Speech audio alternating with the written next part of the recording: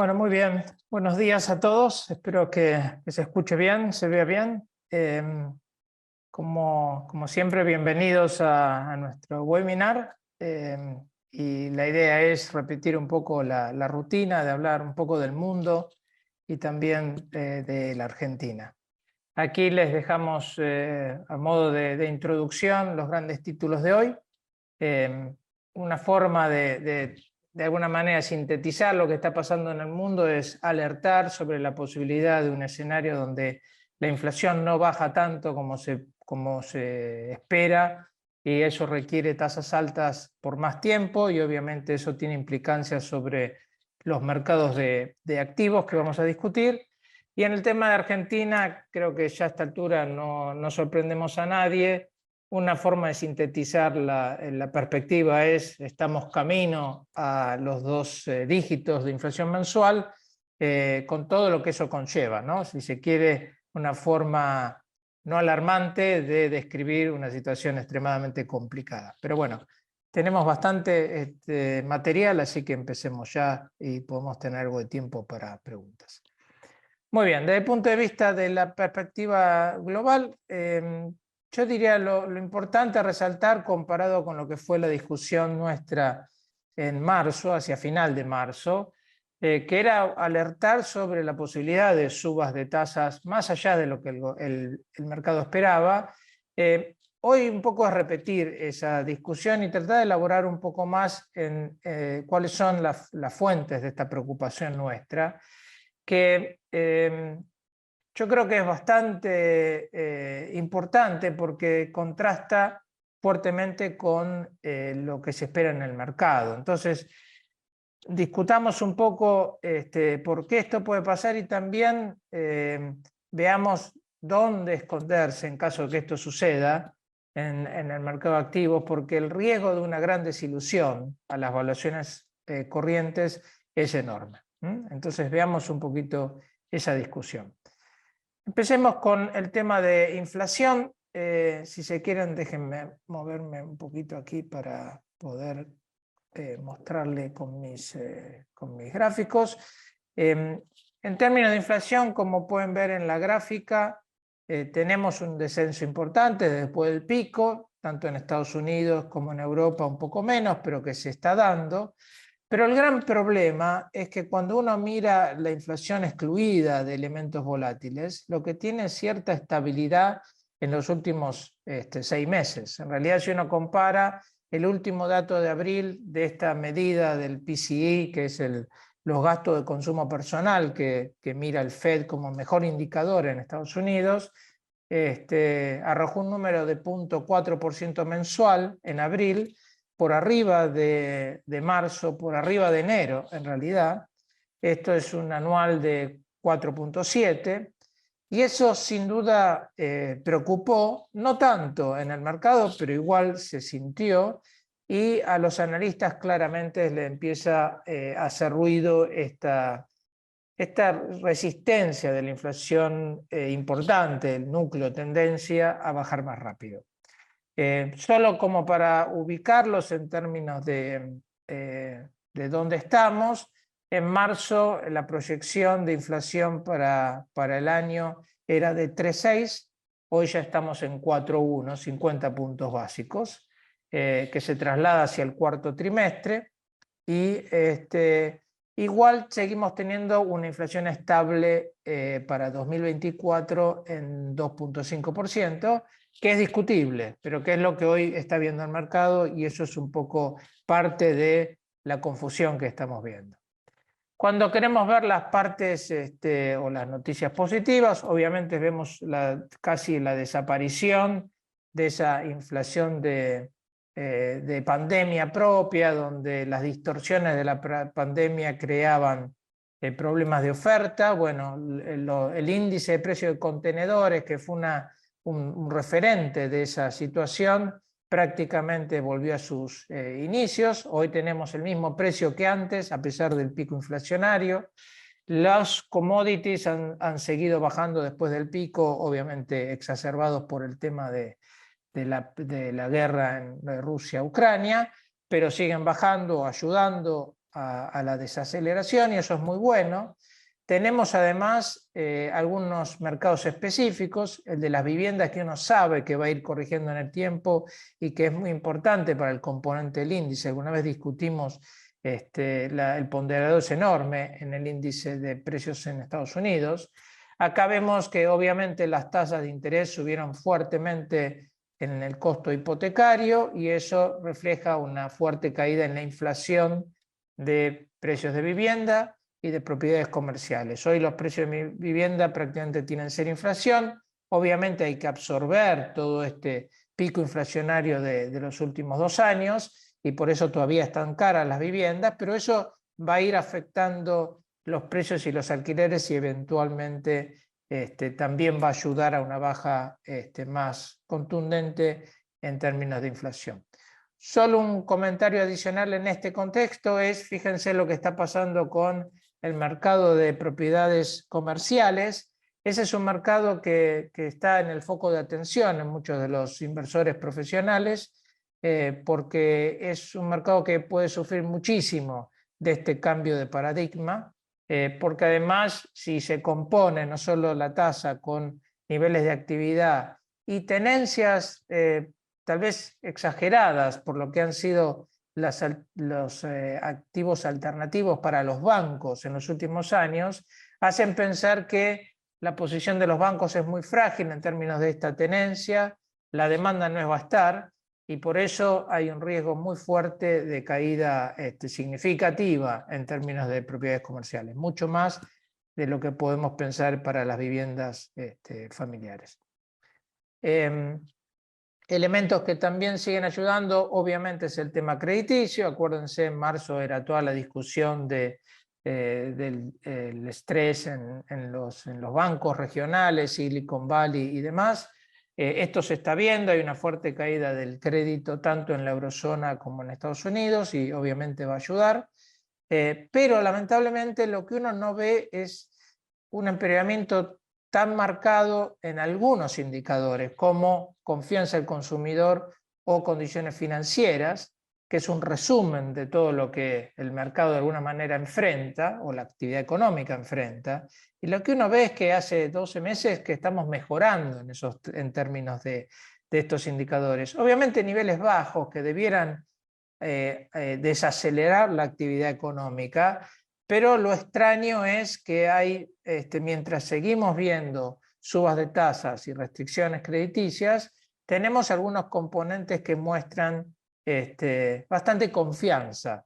Parte de esto es endógeno, lo que está pasando con el equity americano o global, pero más que nada el americano explica parte de esto. Y la gran pregunta o incógnita es cuál es la razón más fundamental detrás de eso. Algo vamos a discutir. Solo una digresión en este grafiquito muy chiquito porque no tenía demasiado lugar, se muestra que en realidad toda la ayuda del FED para la resolución del problema de bancos regionales prácticamente ha sido devuelta, en el sentido de que el FED hizo más QE, si se quiere, en ese periodo para devolverle financiamiento a los bancos en problemas. Todo ese financiamiento volvió al Banco Central, con lo que prácticamente ese distrés que vimos en los bancos regionales prácticamente está resuelto. Obviamente uno siempre escucha de los balances de los bancos que tienen algunas fragilidades, por lo que mencionaba antes, la falta de activos en el pasado. Las propiedades comerciales son parte de esa fragilidad. El mismatch de tasas en su casi decisión de riesgo bastante extraña de estar muy comprados a largo plazo con tasas bajas y esperando que las tasas suban. Pero bueno, la impresión es que la banca, los grandes bancos, en gran parte por todo lo que ha sido la regulación post-crisis 2008-2009, están fuertes a pesar de esas fragilidades y eso debiera sostener o evitar una crisis bancaria principalmente, que es en general cómo se transmite una suba fuerte de tasas de interés a la actividad económica. Si eso lo excluimos, entonces estamos hablando de ajustes graduales, marginales, que es lo que uno quisiera ver, ¿ok? Cuando uno mira en resumen lo que está pasando, vemos que niveles de actividad global, después de una pequeña cuota de optimismo que tuvimos hacia febrero, marzo, que lo habíamos mencionado en nuestra charla anterior, donde China empezaba a recuperarse más rápido, bueno, hoy pareciera que la norma es una coordinación más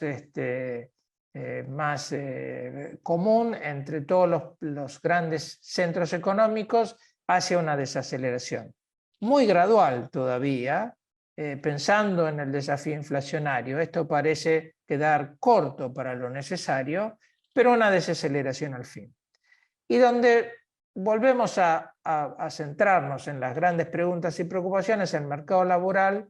¿Por qué? Porque cuando uno trata de explicar que parte del consumo, la fortaleza del consumo en los últimos meses tuvo que ver con las ayudas y transferencias, que aumentó los ahorros en algunos países, en particular en los Estados Unidos, y permitió un consumo siguiera por mucho tiempo sin necesidad de ir a trabajar, sin aumentar la oferta laboral, lo que vemos al mismo tiempo que eso va desapareciendo y se consume, lo que vemos es un aumento en la demanda por trabajo que debiera sostener ciertos buenos niveles de ingreso, con lo que este mercado laboral claramente está a contramano de lo que se necesita por una baja rápida de los niveles de inflación a lo que son los objetivos de los bancos centrales más importantes.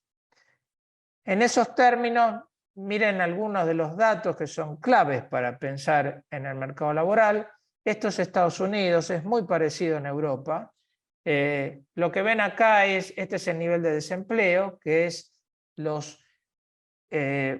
trabajadores que buscan trabajo pero no encuentran o no lo logran, y este es el nivel de empleos abiertos. Quiere decir que hoy hay casi 2 veces la cantidad de empleos abiertos a trabajadores buscando esos empleos. Entonces, obviamente es una situación de mucha tensión, nada parecido a lo que vimos en el pasado, y que debiera explicar una importante inflación de costos, que no estamos viendo tanto cuando uno mira lo que pasa costo laboral, ingresos promedio por hora.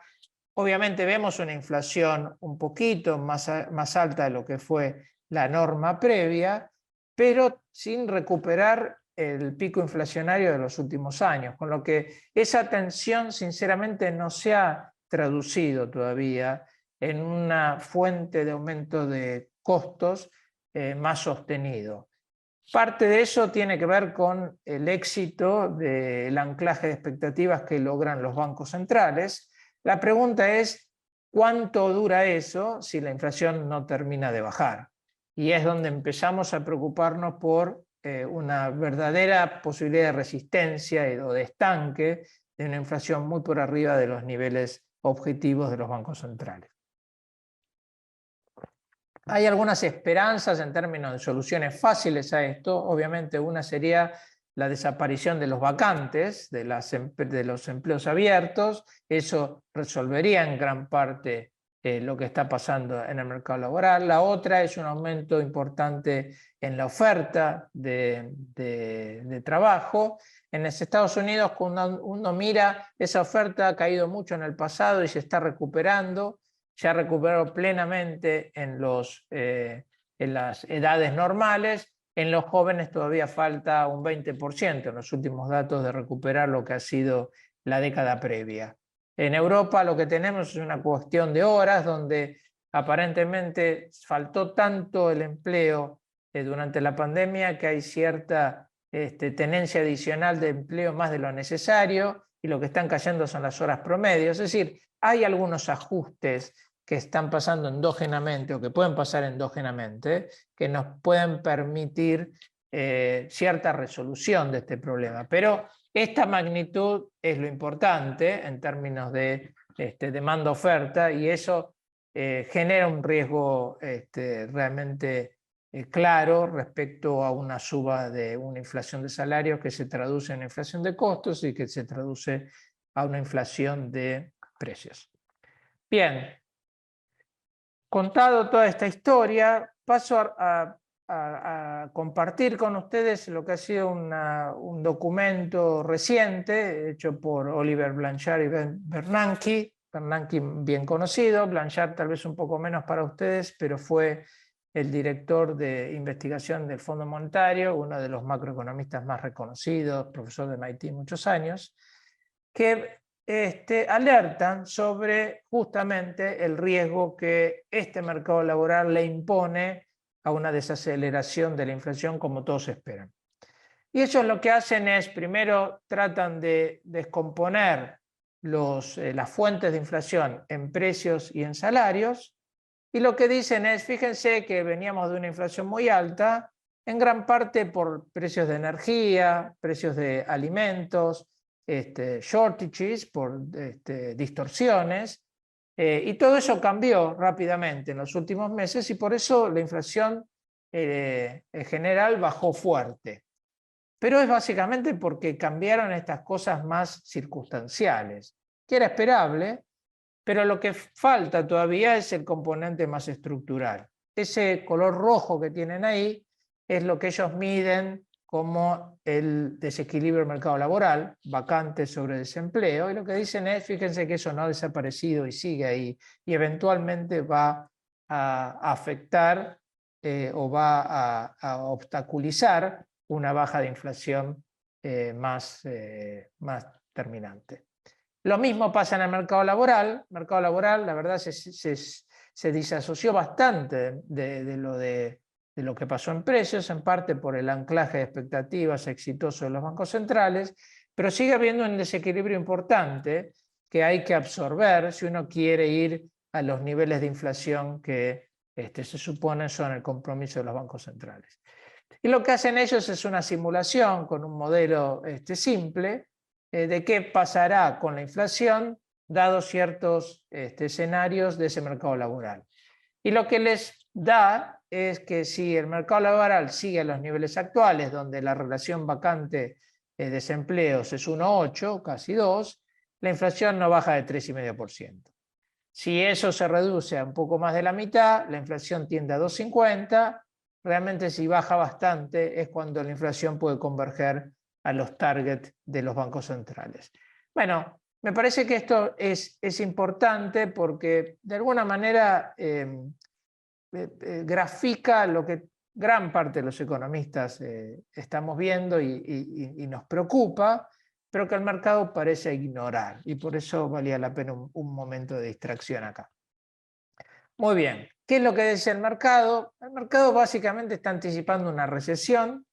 No queda claro cuál va a ser el mecanismo, porque lo que al mismo tiempo anticipa es que la suba de tasas prácticamente se termina, probablemente la última sea la de la semana próxima, y después empiece a bajar. Esta línea celeste es la última medición de expectativas por precios implícitos, y lo que muestra es que vamos a tener una suba reciente, pero después empieza a bajar ya en septiembre, próxima reunión de la Fed y del ECB, tendríamos baja de tasa de interés.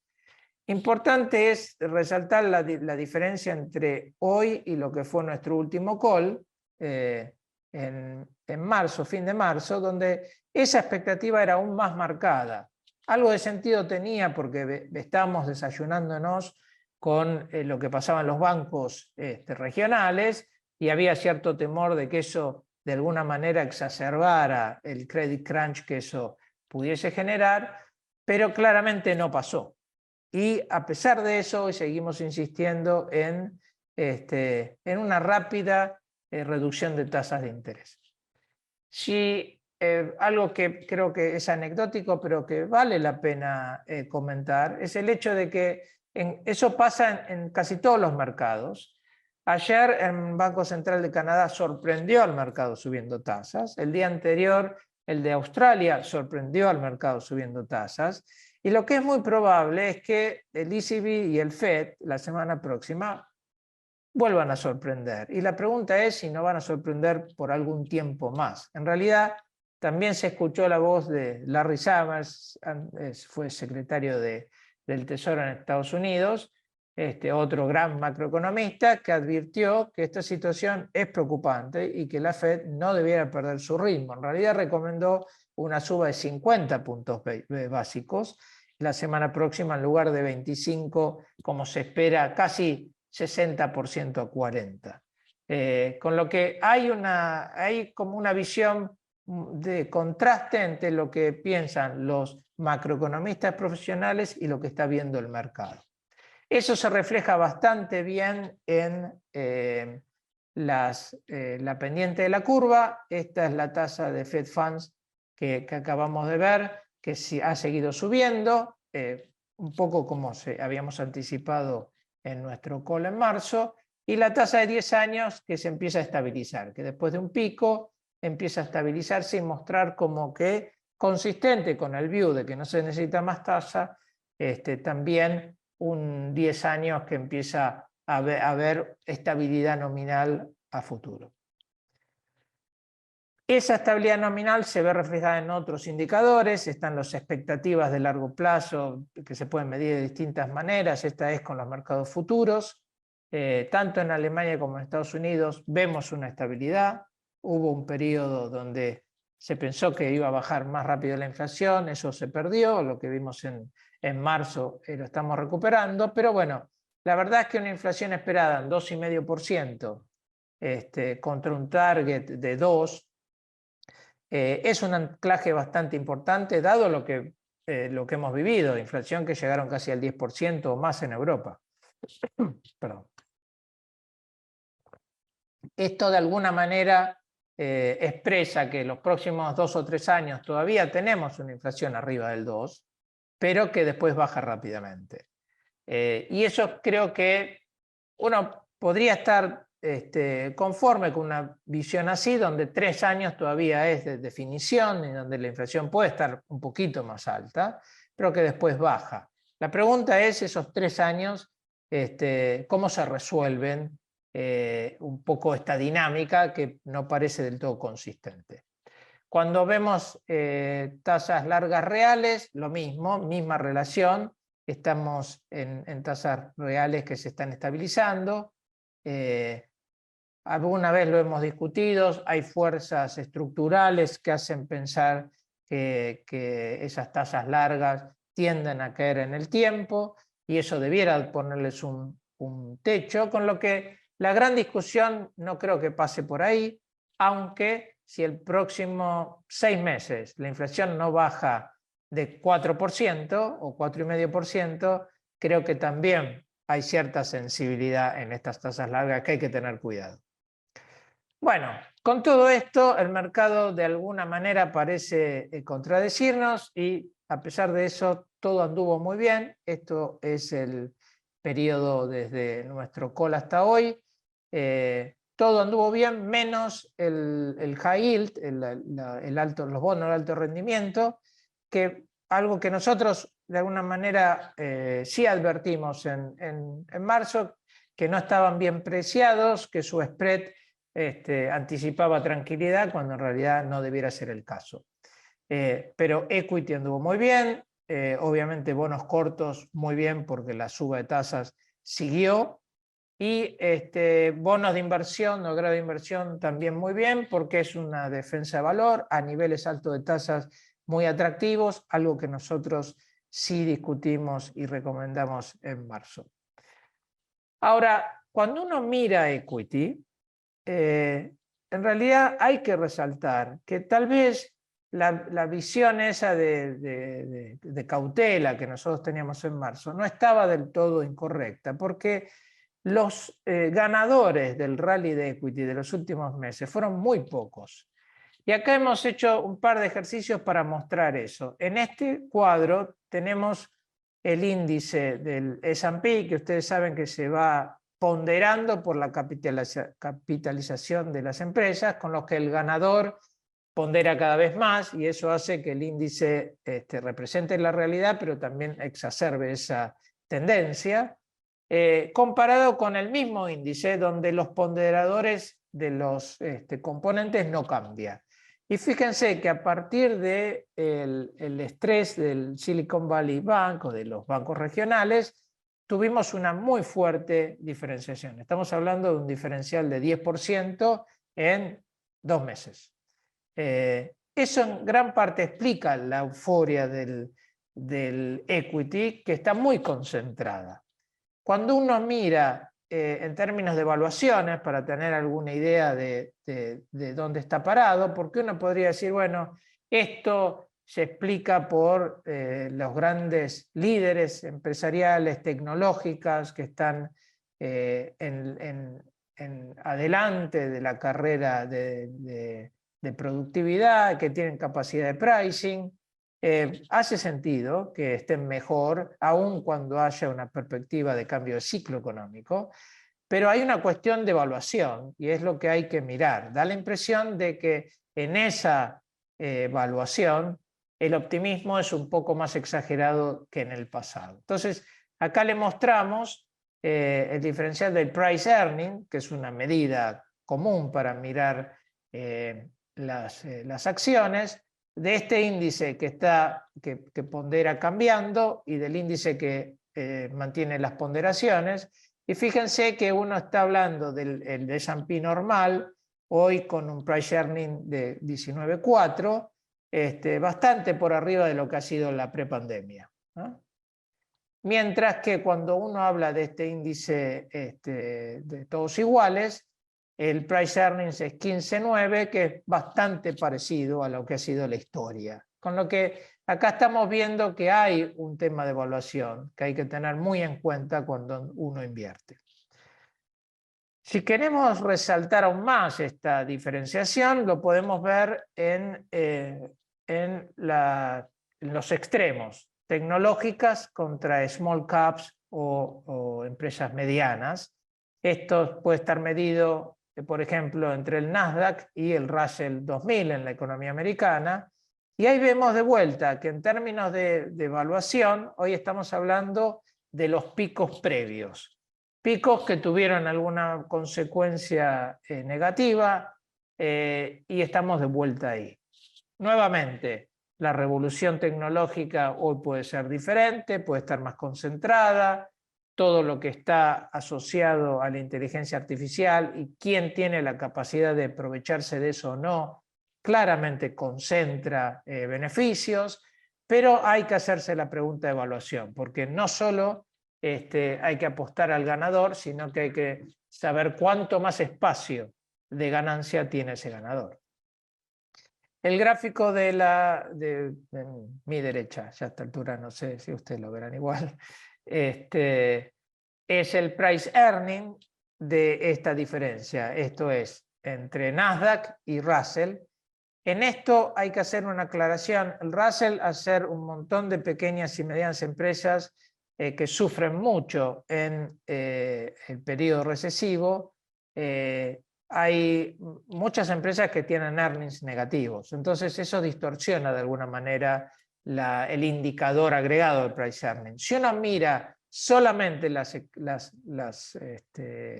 empresas que tienen earnings positivos, fíjense, el price earnings es el más bajo de mucho tiempo en el Russell, mientras que el price earning del Nasdaq está de vuelta bastante más arriba de lo que ha sido el prepandemia, para tener muy en cuenta. Otro elemento interesante para los que nos gusta jugar con opciones es cómo se refleja eso en volatilidad, muy parecido. Los ganadores han reducido mucho su volatilidad respecto a los perdedores. Si uno mira todo esto, a mí me lleva a mirar un índice como el Russell 2000 con muchos mejores ojos hoy que los otros índices que han ganado más en los últimos meses. No que esté totalmente inmune a una fuerte recesión, pero claramente son más robustos en términos de evaluaciones. Es mucho menos lo que uno puede sufrir si se equivoca en el timing hoy en una posición, en una empresa mediana, que en uno de los grandes líderes. Si vamos al mercado de bonos, bueno, ahí tenemos un poco lo que habíamos mencionado. Nosotros hoy ya estamos en nivel promedio tanto del high yield como el investment grade. Esto no era lo que pasaba en marzo y por eso nuestra cautela. Preferíamos investment grade. Hoy, sinceramente, creo que, dado que todavía hay una fuerte incertidumbre sobre tasas y sobre inflación, estaría pensando más bien en investment grade como un mejor lugar de manejar riesgo. Madurez media, 5 años, algo que no nos afecte si hay un cambio de paradigma, al menos en el corto plazo respecto a la inflación. El high yield empieza a tener valor, pero es muy expuesto a una eventual recesión, y para eso yo preferiría Emerging Market, que es un índice que en general tiene mejor grado de riesgo que el high yield, donde hay muchos investment grade y que por distintas razones hoy ofrece un rendimiento más alto. De vuelta, no inmune a cambios en el corto plazo, pero de una perspectiva a largo plazo sí tiene sentido. Y finalmente, con todo esto que hemos visto, volvemos a resaltar la oportunidad de opciones, ¿no? En esto, acá le mostramos lo que es nuestro fondo que utiliza opciones, que trata de minimizar esas volatilidades y prevenirse de un cambio drástico de evaluación.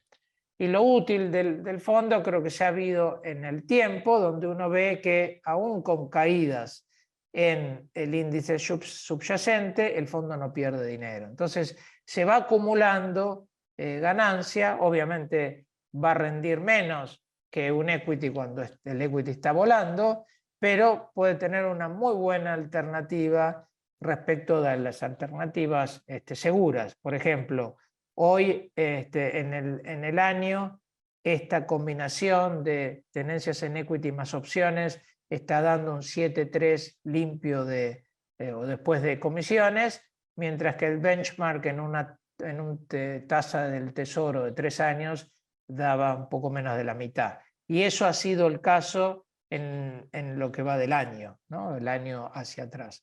Con lo que tiene sus ventajas, obviamente no se necesita estar en este instrumento, pero se puede utilizar o lo pueden hacer cada uno tratando de comprar puts en lugar de estar largos el equity directamente, o una combinación de puts call que le controle de alguna manera una decisión sobre equity que puede tener sentido o no, pero que uno tiene que controlarla. Muy bien, con eso dejamos al mundo, y tengo que tomar agua porque viene Argentina, y pasamos a nuestro querido país. Nuevamente, para sintetizar, vamos a los 2 dígitos de inflación mensual. Eso obviamente pareciera subestimar los riesgos, porque una vez que uno está en estos niveles de inflación, el riesgo de perder control nominal es enorme, y hacia ahí vamos. Hay que tener en cuenta que tenemos un quiebre por las elecciones, que primero se va a dar por las primarias, y que en ese quiebre puede haber un momento de coordinación, que yo tengo algunas esperanzas dado algunos posibles escenarios electorales pospaso, pero hablemos más tarde si quieren de eso.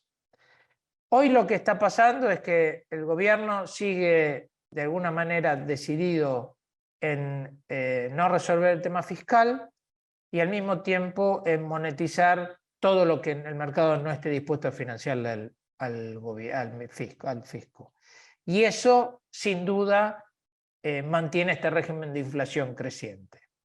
A eso se le agrega una sequía brutal que le quita aún más recursos al gobierno y también le quita reservas, que es el instrumento por excelencia para poder administrar la volatilidad nominal. Y ante eso, la situación es los 2 dígitos como buen escenario. El mal escenario es el descontrol de esos 2 dígitos. Y hacia esa discusión vamos en todo caso. Bien. Cambio de régimen. Sin duda hay un cambio de régimen en términos inflacionarios. Esto ha sido la tendencia. Ahí estamos. Importante es que desde diciembre del 19 no ha habido devaluación. Todos estos picos son devaluaciones. en el salto inflacionario. Esto no ha pasado, acá es muchísimo más estructural.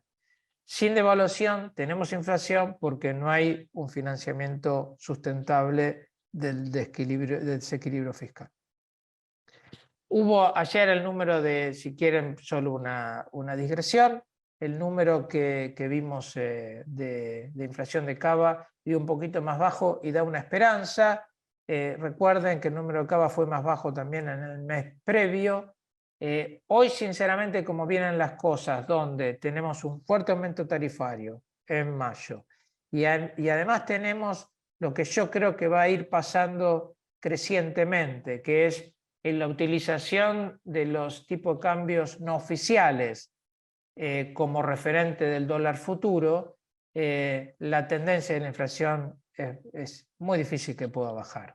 Podemos tener sorpresas algunos meses porque esto tiene volatilidad, sí, pero sinceramente si uno tiene que pronosticar es muy fácil pensar que va a estar en lo correcto, pensar que una inflación sigue creciendo.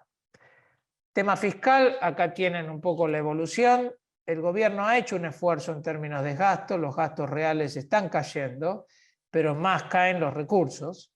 Este es un doble problema porque los recursos no tienen alternativa y los gastos están cayendo de manera no del todo sustentable. Mucho de esto es pensiones y esas pensiones eventualmente hay que recuperarles poder adquisitivo, con lo que esta posición fiscal es muy frágil, más aún faltando 6 meses para las elecciones.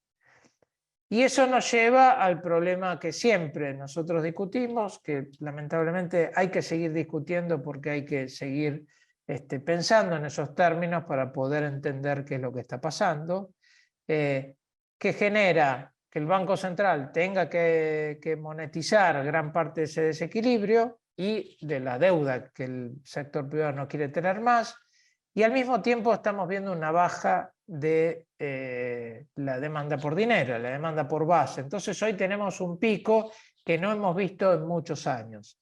Uno puede decir, bueno, este gráfico tiene de alguna manera cierto sesgo porque usa la base monetaria y no el producto bruto, pero de alguna manera lo que queremos mostrar acá es que tenemos una doble debilidad. La debilidad por la generación de esa necesidad de monetización y al mismo tiempo de la caída de demanda de niveles bajísimos que tenemos hoy. Nos estamos acercando casi a los niveles de la hiper de los 80. Miramos los vencimientos y son muy abultados. Acá lamentablemente no llegamos a tiempo a marcar la diferencia entre privado y público, pero privado estamos pensando básicamente en 1.000 millones perdón, en 1 billón de pesos cada mes. Y eso hace que en 4 meses estemos básicamente demandando la oferta monetaria o la base monetaria. Y esto es lo que pone muchísima tensión. Ahora, también está el déficit, que tiene una magnitud similar. El gobierno hasta ahora no ha encontrado la forma de resolverlo, porque eso necesita un anclaje, necesita una política fiscal más convincente, viene con los canjes, y los canjes son solo mecanismos de monetización de lo que el banco, de los bancos privados o el tenedor privado no quiere seguir financiando. Y acá vemos un último gráfico actualizado, esto es por gentileza de Juan, de la gente que hace estos seguimientos, donde ve que la compra de soberanos en pesos por el Banco Central tuvo un nuevo pico en las últimas semanas. Estamos hablando de fuerte expansión porque el central de alguna manera precompra bonos para facilitar las emisiones en las licitaciones futuras. Y eso es más financiamiento, más inflación. Cuando uno lo mira en términos de esa dinámica de monetización, algo que hemos usado mucho, pero que sigue siendo muy útil para el análisis, que es cómo van evolucionando el total de los pasivos del Banco Central, que es esta línea gris, y a diferencia de cómo evoluciona la base monetaria, porque en un sistema donde va perdiendo credibilidad, todos los pasivos en pesos son fuente de inflación futura, y por eso debieran ser la referencia. No lo son mientras podemos contener esa credibilidad de que eventualmente se va a corregir algo para volver a la normalidad. Eso se rompió en algún momento el año pasado y desde entonces seguimos viendo una fuerte monetización y una aceleración inflacionaria vis a vis el crecimiento de la base monetaria. Si uno usa esto, nosotros usamos esto para de alguna manera anticipar valor de los dólares no oficiales. Hoy estamos a 13% de lo que debiera decir o explicar esos pasivos en términos del contado con liquidación, 13% abajo de lo teórico, pero esto no necesariamente se cierra, pero en general es una buena guía. Pero uno puede usar esto para pronosticar lo que viene, dados ciertos escenarios fiscales y de financiamiento, que es el gráfico de la derecha. Si uno estima que el 10% del sector privado no va a renovar sus tenencias, entonces estamos hablando de un contado con liquidación para septiembre que llega a 6,80 o en diciembre que llegan a 8,80. Si vamos al otro extremo del juego, donde el 30% de esos privados no renuevan, bueno, en septiembre el contado es 7,15 y en diciembre es 9,28. La verdad, la diferencia es pequeña, aunque 20% de diferencia en la renovación o no parece un montón, y en parte tiene que ver por el tamaño del déficit fiscal. Es decir, hoy el déficit es casi tan importante como la renovación. Entonces, hasta que no resolvamos eso, muy difícilmente podamos reducir el grado de monetización futuro. Conclusión, si uno mira esto y cree de alguna manera en esta dinámica, por más que no sea precisa, la primera conclusión es que la inflación piso mensual de los próximos meses, en un escenario benigno de monetización del financiamiento, es de 9%. Y por eso es muy difícil pensar en que nos vamos a alejar de los 2 dígitos, más bien nos acercamos. Bueno, paso a terminar, últimos 2 slides. Lo de siempre, los stocks de pesos, para mí el gran problema para resolver a futuro también. Hoy estamos hablando de 25 puntos del producto cuando acumulamos todos los diferentes activos que hay que de alguna manera absorber. Eso es mucho más del doble de lo que tenía el sistema al final de la administración macrista, y es muchísimo más de lo que tenía al final de la segunda administración de Cristina Kirchner en el 2015. El dato que siempre resaltamos es que en el 2019 el macrismo se fue dejando reservas internacionales a un nivel bastante decente que hoy no están y que no se van a tener.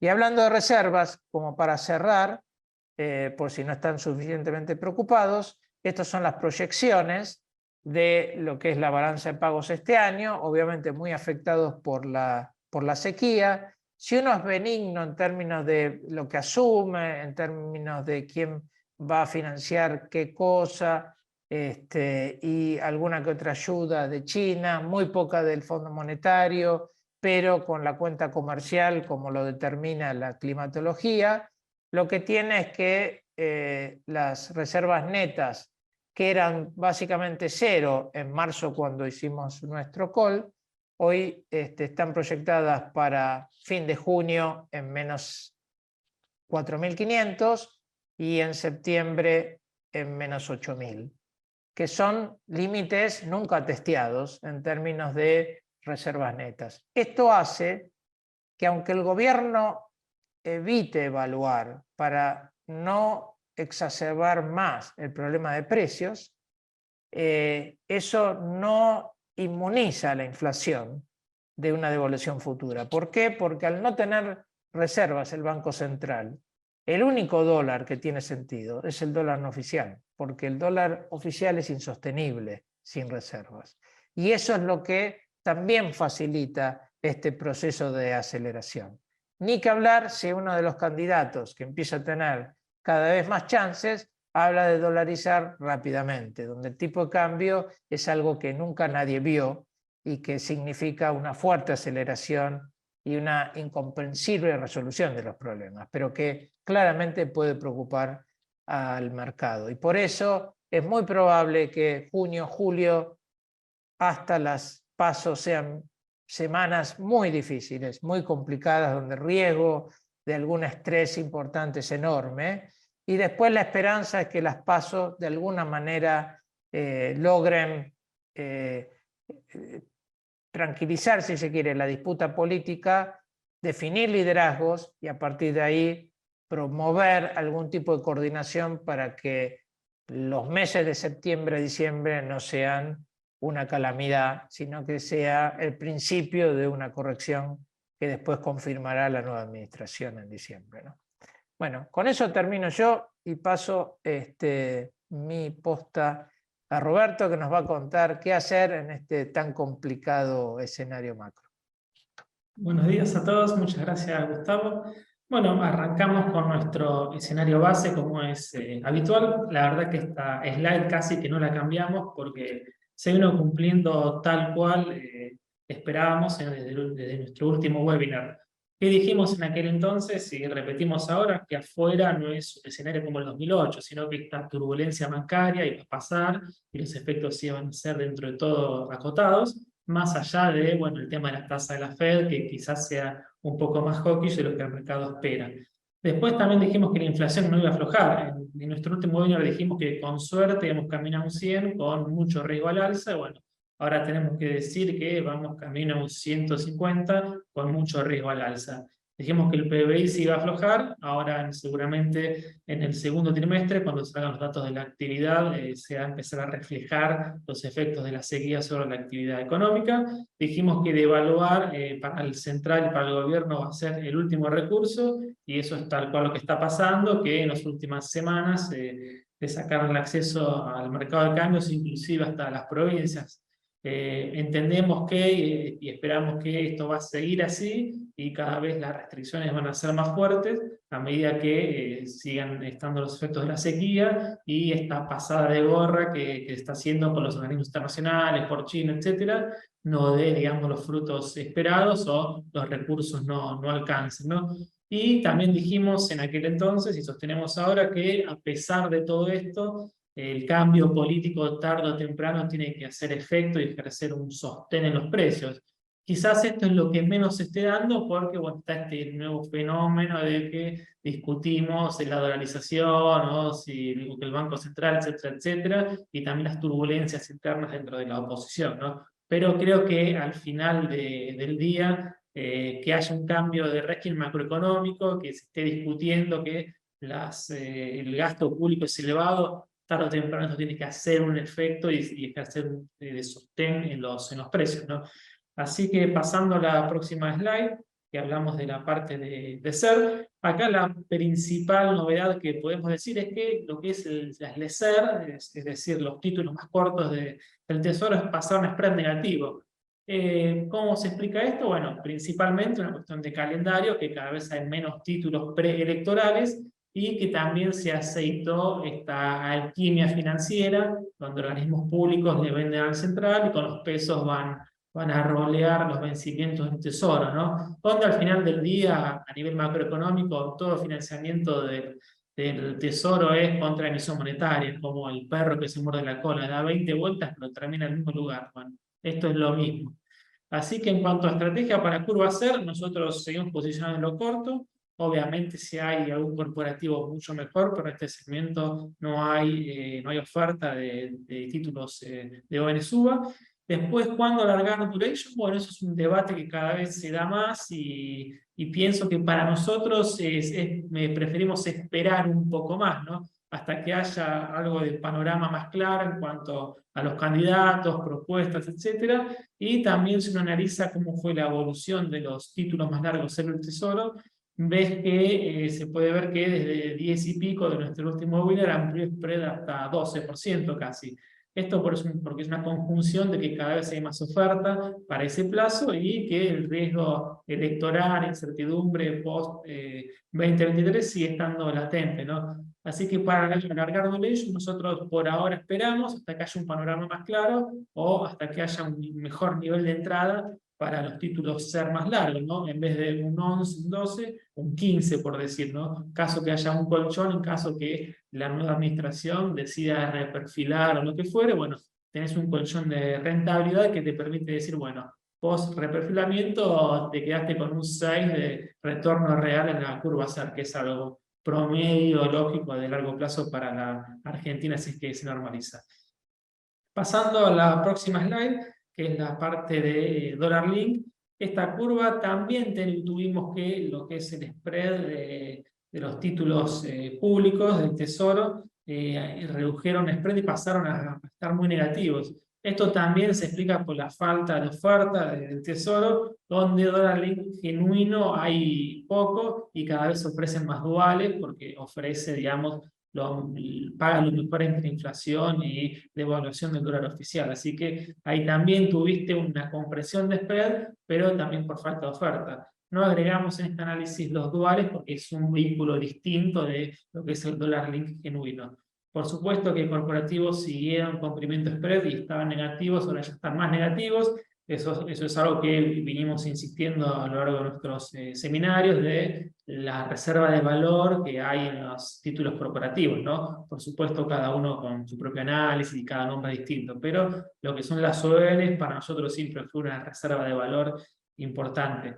Después, algo que siempre nos consultan es cuándo entrar a la curva dólar link y la comparación versus la curva SER, ¿no?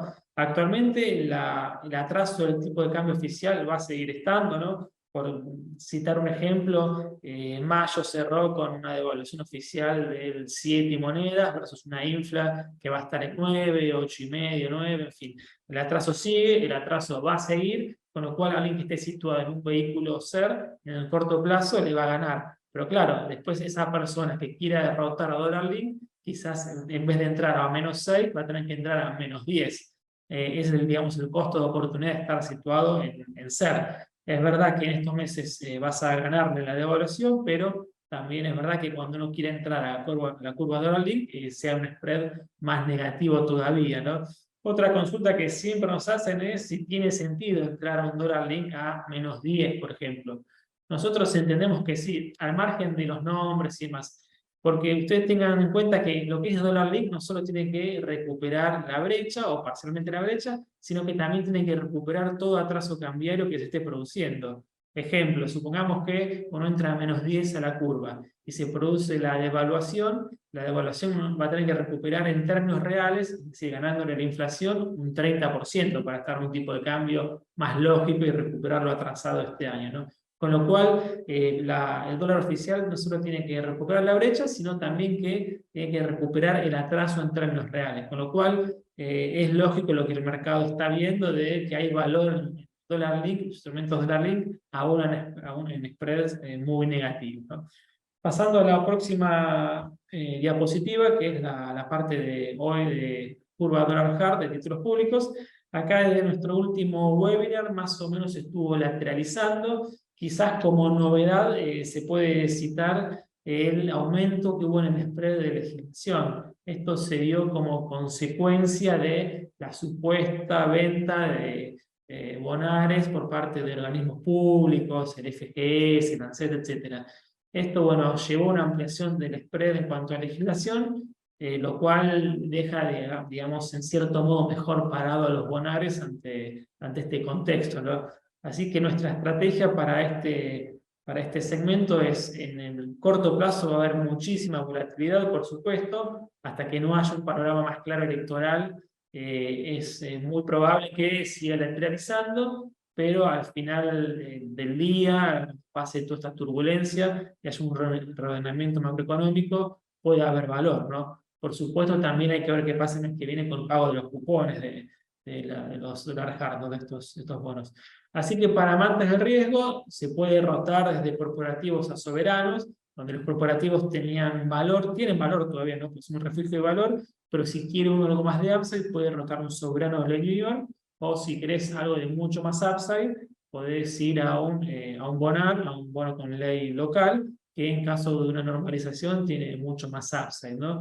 Donde también el hecho que falte poco para las elecciones hace que este desenlace cada vez esté más cerca, y el atractivo de que tienen los corporativos de los cupones más altos, bueno, a medida que se acota el tiempo entre las elecciones y hoy, bueno, el cobro de cupones es cada vez menor y esa diferencia se va diluyendo, y ni hablar que a medida que pase el tiempo y la escasez de reservas sea más profunda, el acceso al mercado de cambios va a estar más restringido para las empresas.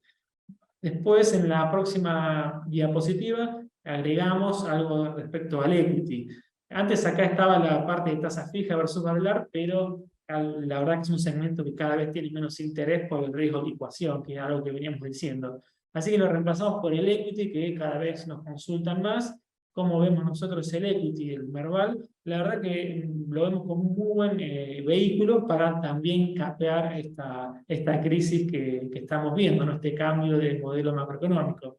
¿Por qué? Bueno, sencillamente si uno mira a largo plazo, las valuaciones están destruidas, tenés desde las PASO del 2019 caídas del 70-80%, después en el gráfico de ahí abajo pueden ver la comparación del Merval versus las últimas crisis, que viene muy atrasado. Esto se explica en parte porque todavía no hay un desenlace electoral claro, no hay, digamos, todavía candidaturas ya definidas, hay turbulencia en la oposición, etc. Con lo cual, eso hace que el catch-up sea más lento. Y en el gráfico de arriba, ahí un poco para incentivar la discusión, se puede ver el Merval en dólares para el riesgo país. Ahí el planteo es un Merval en $800 con un riesgo país de 2.000 puntos. ¿Es compatible? Según el gráfico parecería que no, o está caro el Merval o el riesgo país tiene que bajar. Pero nosotros lo explicamos más bien por la dicotomía de riesgo público-privado. Si la curva soberana no sabe si tiene que reestructurar, qué va a pasar, bueno, ahí el Merval, por ser riesgo privado, gana más atractivo.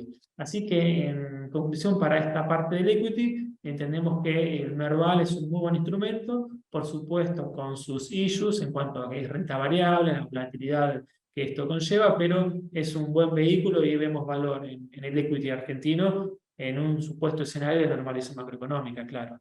Después, bueno, ya para ir terminando, ahí con el contado con liquidación, nosotros lo vemos que estos niveles de entrada, abajo de 500, son buenos niveles. La verdad que está en términos reales, está en el mismo nivel que en diciembre pasado, cuando el efecto de la sequía ya es más notorio. De hecho, está en línea con lo que es la era de Alberto Fernández, así que es un nivel, digamos, de entrada que no es caro en términos de corto plazo. Después, a largo plazo, por supuesto que un dólar de crisis como ese, con todo con liquidación hoy, se puede decir que es un dólar caro y que en largo plazo pierde con inflación. Pero eso ya es otro tipo de discusión. Y la verdad que en cuanto al corto plazo no es un mal nivel de entrada en el que estamos.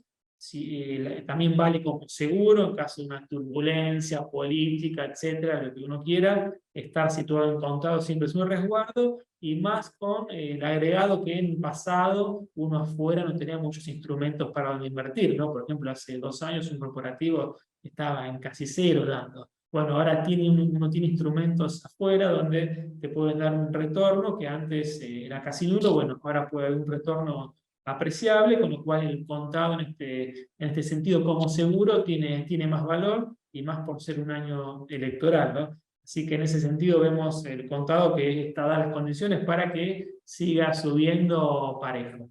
Así que bueno, esta es la parte de inversiones. Devuelvo la palabra a Gustavo, así pasamos a las preguntas. Muchísimas gracias, Roberto, clarísimo. Todavía hay algunas cosas por hacer, a pesar de todo. Bueno, dejamos ahora abierto el chat para las preguntas. Mientras yo voy esperando, hay uno que siempre me hacen los distintos inversores, y es la actitud del Fondo Monetario. Hay mucho que se espera del viaje del ministro a Washington para lograr financiamiento adicional. Sinceramente, es muy difícil pensar que hoy el fondo pueda subir el nivel de exposición en la Argentina por varias razones. Una es macroeconómica y clarísima. Prácticamente el gobierno le está pidiendo dólares para intervenir en el mercado, que es la antítesis de lo que el Fondo Monetario acepta como política macroeconómica de estabilización. Y la segunda tiene que ver con el ámbito político. En un momento donde se ve casi con claridad de que el que menos chances tiene de seguir en poder es el gobierno, el fondo tiene que incorporar la posibilidad de un nuevo mandato a partir de diciembre y debiera mínimamente tratar de lograr algún tipo de consenso respecto a las políticas. Algunas de esas charlas ha habido, pero en eso el gobierno está muy lejos de encontrarle consenso a algo programático para pasar hacer el puente entre hoy y las elecciones. Por eso es importante saber qué pasa después de las PASO, donde alguna definición más contundente de liderazgo del lado de la oposición y también de una situación de saber por preferencia revelada cuánta capacidad de representación tiene el gobierno, eso puede permitir algún tipo de coordinación entre esos nuevos líderes y un gobierno más debilitado para transitar los últimos 3 meses. Pero el llano de aquí a mitad de agosto es realmente muy complejo y muy difícilmente el fondo puede ofrecer alguna alternativa para suavizar ese proceso, ¿no? Muy bien. A ver si tal vez hemos cansado a la gran parte del público y está perfecto. No exigimos más. Tratamos de mantener nuestra hora, pero siempre nos hacemos largueros. Bueno, creo que si no hay preguntas, cerramos. Aprovechamos para agradecer a todos por la participación y obviamente estamos atentos a nuevos desarrollos y a un nuevo webinar muy pronto. Muchísimas gracias. Chao, muchas gracias.